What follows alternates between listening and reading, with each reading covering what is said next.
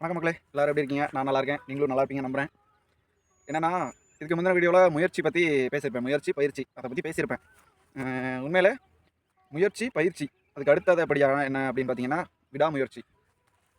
நமக்கு நிறைய டிமோட்டிவ் வரும். எக்ஸாம்பிளுக்கு என்ன எடுத்துக்கிறேன், எனக்கு வந்து நிறைய பேர் டிஸ்கரேஜ் பண்ணுறாங்க. உனக்குலாம் இதுக்கு வீடியோ ஏன் வீடியோ எடுத்து போட்டுருக்க, நல்லா இல்லை அப்படின்னு எனக்கு பர்சனலாக சொல்கிறாங்க.